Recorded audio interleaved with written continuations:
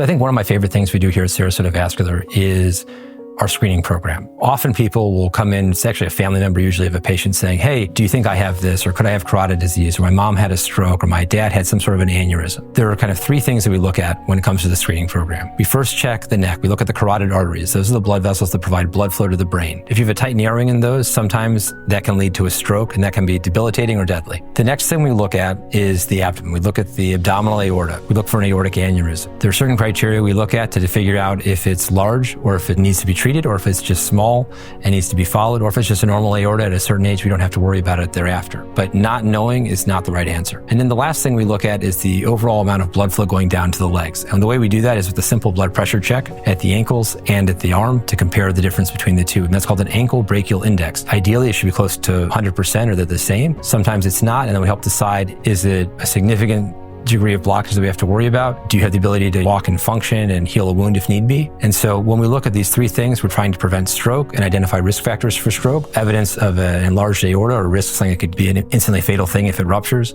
And we look at the ability to heal your leg wounds if you have them and to see what's causing leg pain either at night or during the day. The best part is all three of these tests are done in one setting very quickly and without any kind of invasive thing. No IVs, no blood draws. It's just ultrasounds. And one of the things that makes it even easier is if you're interested or you have more questions about this, you can go to sarasotavascular.com. We have a completely separate section on the website regarding vascular screening. You can read up more about it. You can fill out a form. You can register for it, and we can get you in as soon as possible to check for these things that could be putting you at risk for stroke, a ruptured aortic aneurysm, or the inability to heal a leg wound.